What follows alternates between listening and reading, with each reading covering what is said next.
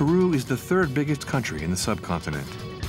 30 million inhabitants with an incredible ethnic diversity share this territory. Fred and Laura are looking for the village of Atiquipa, which they heard about from a scientist who is passionate about life in the desert.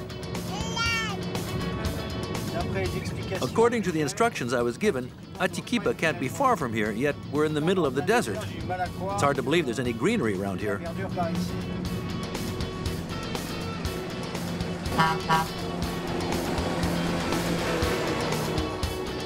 Atiquipa is a verdant island in the middle of several thousand kilometers of desert. Sadly, over the centuries, this oasis has suffered a great deal. Whether due to deforestation or overgrazing, exploitation by mankind resulted in a drastic reduction of its area. To stop the place definitively reverting to desert, they had to find a way to reverse this movement. The mist catchers of Atiquipa have today become a model of their kind. The inquisitive and friendly locals invite Fred and Laura to park their truck in the village square.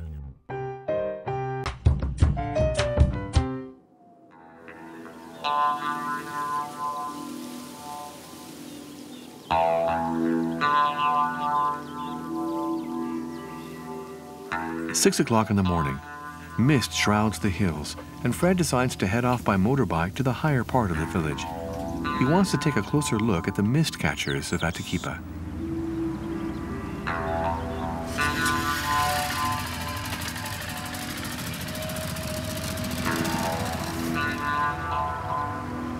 Mist is made up of fine water droplets, which are so light that they don't fall to the ground, unlike raindrops.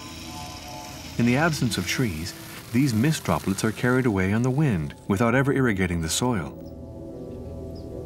To capture this water, the residents of Atiquipa install nets high up. The mist strikes the nets, the water condenses due to a difference in temperature, and ends up being channeled to reservoirs. Every day, these nets produce several thousand cubic meters of water. The water is drinkable and rich in calcium and sodium, so Atiquipa's 800 inhabitants can drink it untreated. Hello, Andres. I'm Frederick. It's beautiful here. This is our little bit of paradise.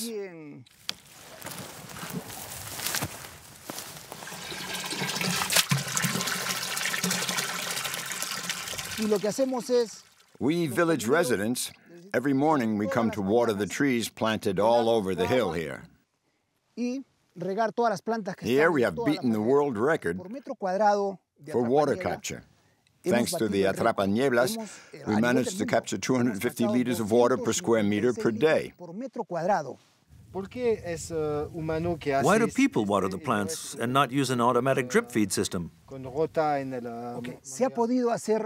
We could have installed an automatic irrigation system, but we chose to make the inhabitants responsible.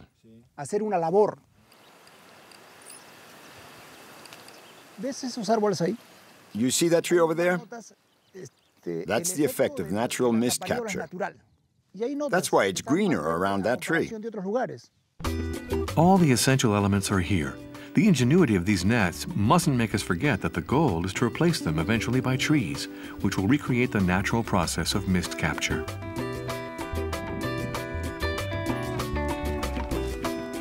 Back in the valley, Laura and the children have been invited to visit a farm.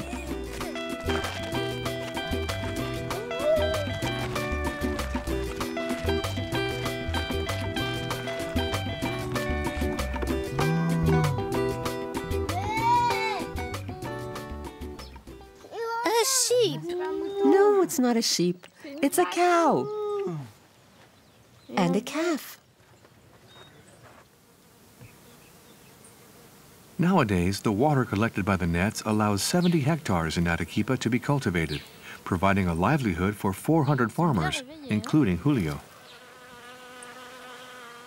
Hello, I'm Julio Sulca. Pleased to meet you. I'm the owner of this land. If you're interested, I'll show you everything to be found here. Olive trees, apricot trees, loquats, and also corn and lots of other things. Here we have an apricot tree. It's in full blossom. In the year, it will produce around 25 kilos of apricots.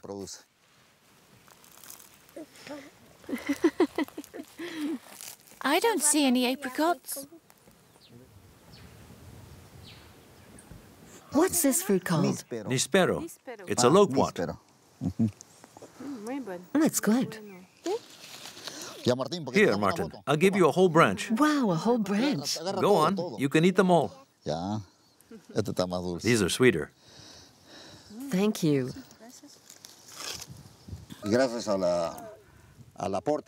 Thanks to the mist, we can remain here in Atiquipa. If we didn't have this water, we would have to abandon our land.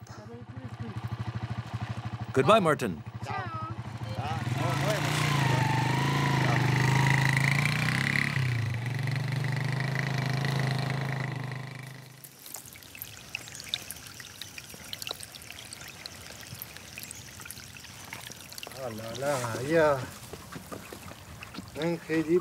Incredible.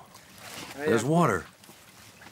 You see, Fred, this is the result of natural mist catchers. We use this water for agriculture, but we can also drink it directly. Here's to your health.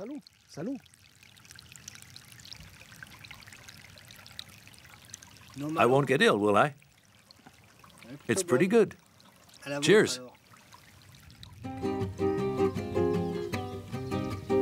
Scientists estimate that the current changes in climate will lead to an increase in coastal fog. In future, it wouldn't be surprising to see mist-catching nets all around the planet.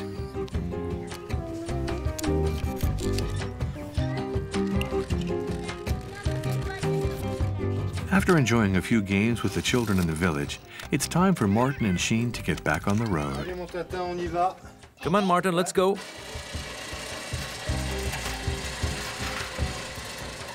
That's it then. We're leaving this charming village. The people were really very, very friendly. Come along, Shinu. Let's pack up.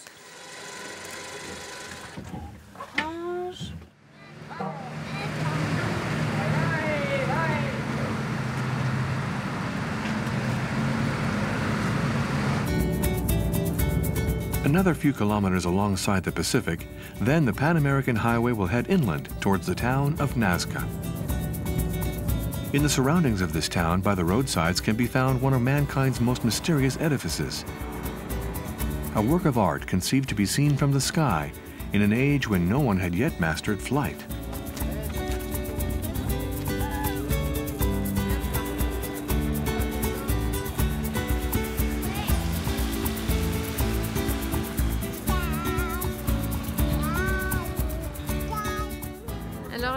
The lines are very far away and you can hardly see them.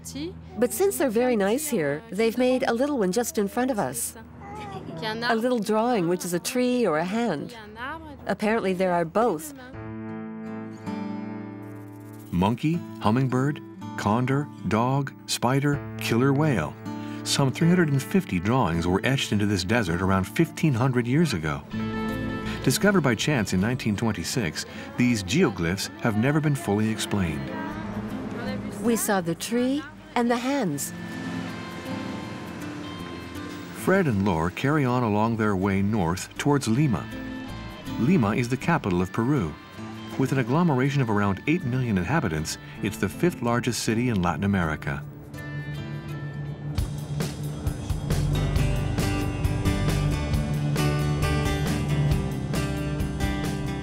What are we going to do? We'll take a bus and we'll go to the top of the bus. Buenos días. 19 y 20. So, Martin. Where are we going?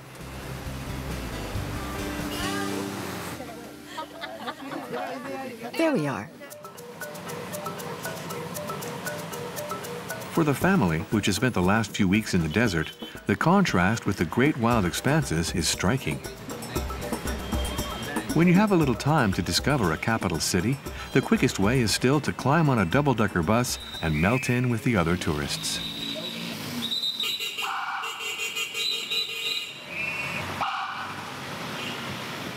Although most of the splendid colonial palaces were entirely flattened in a violent earthquake in the 18th century, the center of Lima has preserved the old-fashioned charm of the former capitals of the Spanish Empire.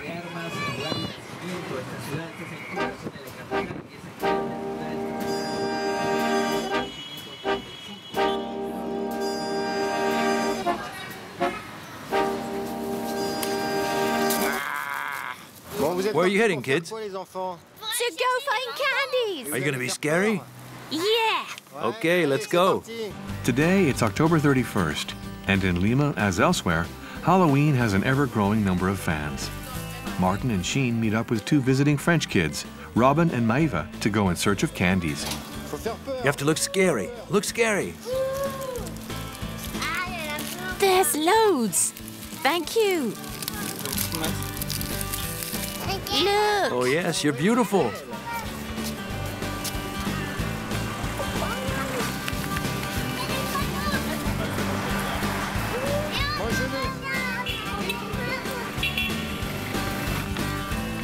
Hola, ¿qué tal?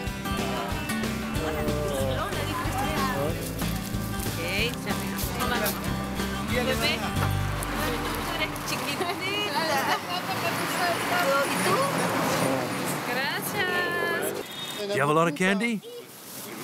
Yes. A skull. A pirate's head. Fred and Laura didn't come all the way to Lima just for Halloween. Their main purpose is to meet Joaquin Leguia. At the head of the NGO INIA for 15 years, he has made the environment the focus of his action to help underprivileged children find a place in society. Hello, Laura.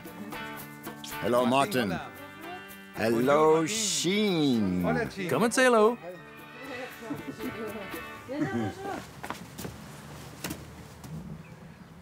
Today, everyone is aware of our planet's climatic and environmental problems. There are quite a few things we can do to improve the situation. But if there's one thing that we mustn't forget to do, it's to nurture the love that children have for nature. Because it's during childhood that we acquire the values and the good practices to love and protect nature. It's fundamental to create a new culture of love for the natural world. In the cities, we have to undertake the work in this direction with children. As in all the major cities of Latin America, the mass arrival of new inhabitants has pushed the historic boundaries of Lima back a long way. And as everywhere on the fringes of the world, children have to deal with violence and are all too often left to fend for themselves. This is where Joaquin's NGO concentrates its efforts to help young people. This area is called the Union Pacific. We are in San Juan de Miraflores. This is where we're going to visit one of the Tierra de Niños projects. But beforehand, I want to show you one of the main problems in this neighborhood, gang conflict. The shoe hanging up on the cable there marks the boundary of the gang's territories. This means that one side of the street belongs to a certain gang, and right after, it's another gang's territory. So this is where the street fights happen. 3 weeks ago, a person died right here. There are still a few traces of the fight. So, there you go. This is a dangerous area.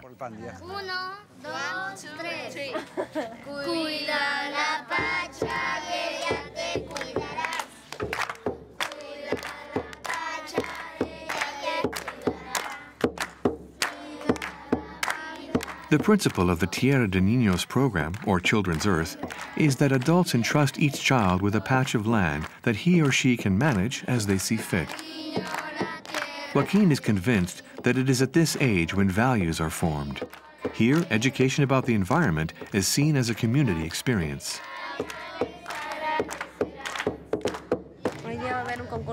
Today there's a competition for kids' gardens, but I think we're all winners because all the gardens are gorgeous.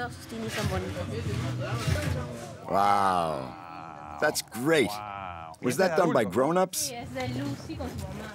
This couple didn't have any children, so they wanted to give this corner of their land, where there was nothing, to the neighborhood children. And look how nice it is. If we compare it with the other side of the street, it's incredible. See how it was before? Bueno, cuéntanos.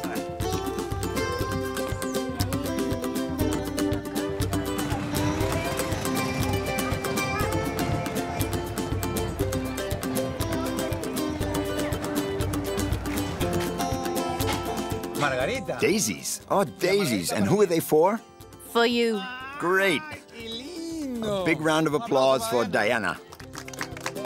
Muy bien. In this part, these plants are mine. I like cucumbers, so I put some in. And I've also got some sunflowers. Here you see there's nothing anymore. Because there was lettuce, but... You've eaten it, right?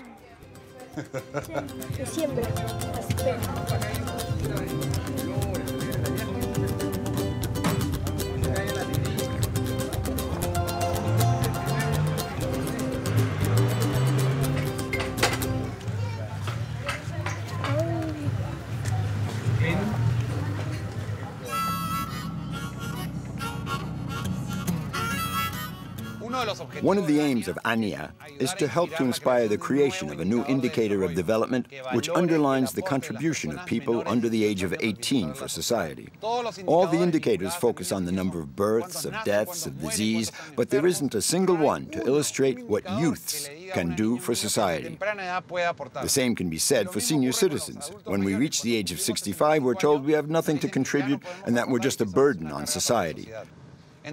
So one of ANIA's main objectives is to create this new indicator which will be known as environmentally active population.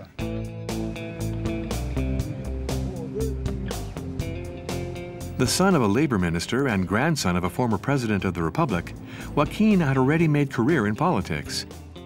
But his childhood spent in the Amazon rainforest convinced him that the only really important issue is the protection of our environment. Today, he's called on to support new projects, like here in Santa Cruz.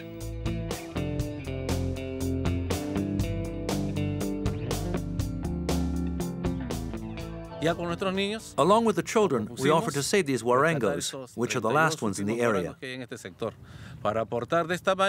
This is our contribution for nature, especially since this region is part of a reserve. The aim is to set an example so that others also pay attention to nature.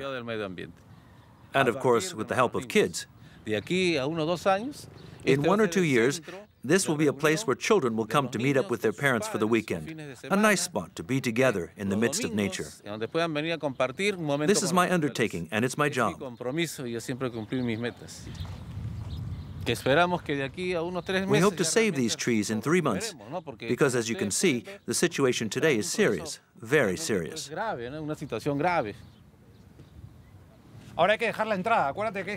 have to leave an entrance so the water truck can get in.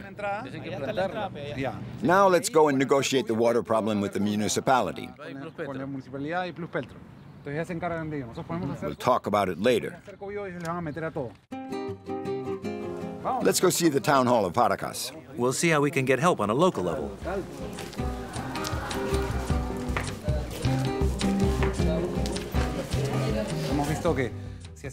We know that if we do things alone, he was alone, and with us it's already possible. But if we can count on the municipality, we'll be more effective. So if you will allow me, I'll present the project in 5 minutes, no more. The floor will be my desk. So here's the entrance by the main street. Just here, there's a small forest. But at the moment, it's extremely sad. When I saw that, I thought, we have to do something. This is a great opportunity to make the most of this space. It's the gateway to the village. We can do something wonderful. With his vision and that of his students, what do you call it again? The magic forest of Santa Cruz. Okay, we're in agreement. The town council is going to study the possibility of helping you. That's what we are here for. The door is open.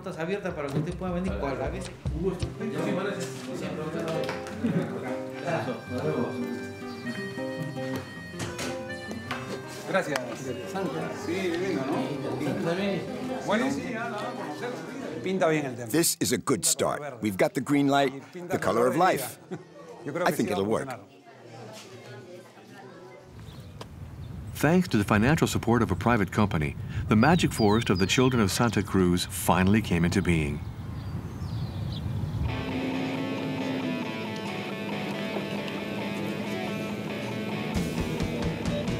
Fred and Laura are back on the road, heading south.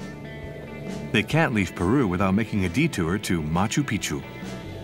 And to get there, the road snakes through the Andes, climbing all the time.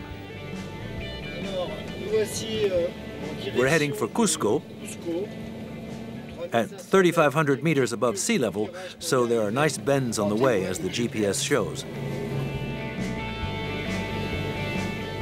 Before reaching Cusco, the capital of the ancient Inca Empire, they have to go over a pass at more than 4,500 meters.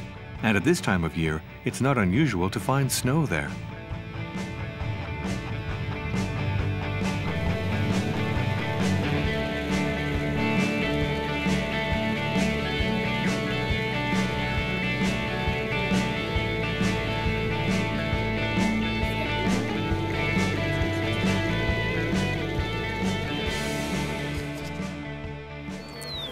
For a long time, Cusco was a major hub of trans-Andean trade, but its star was gradually fading until the discovery of Machu Picchu in 1911.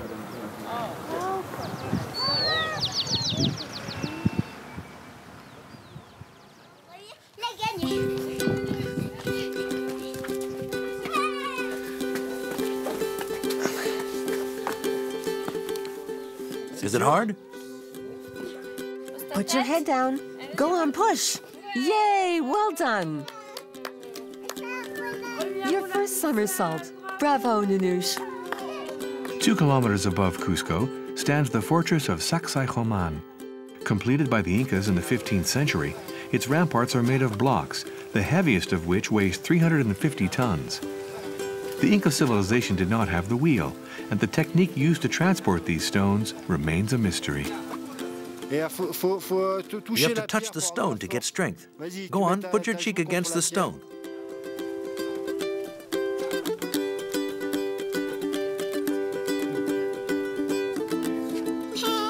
Does it work?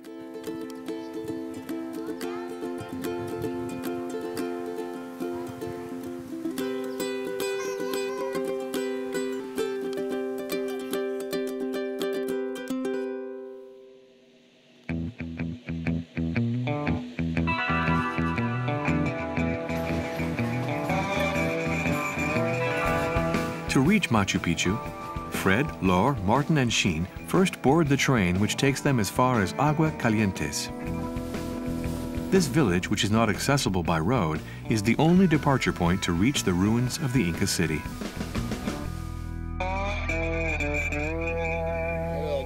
Here we are in Peru's fabulous must-see site of Machu Picchu. Except that today it's misty. We can't see a thing.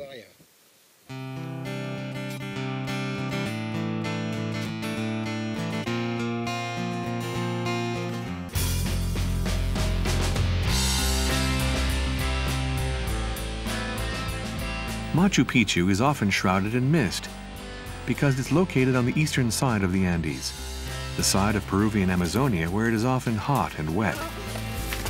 In the absence of any written records, we don't know much of the history of Machu Picchu, except that it must have been the most amazing urban construction in the Inca Empire. What fascinates archaeologists is the way the city is perfectly integrated into its natural environment. For future generations, we have to hope that the people of today manage to follow this example and to preserve this heritage.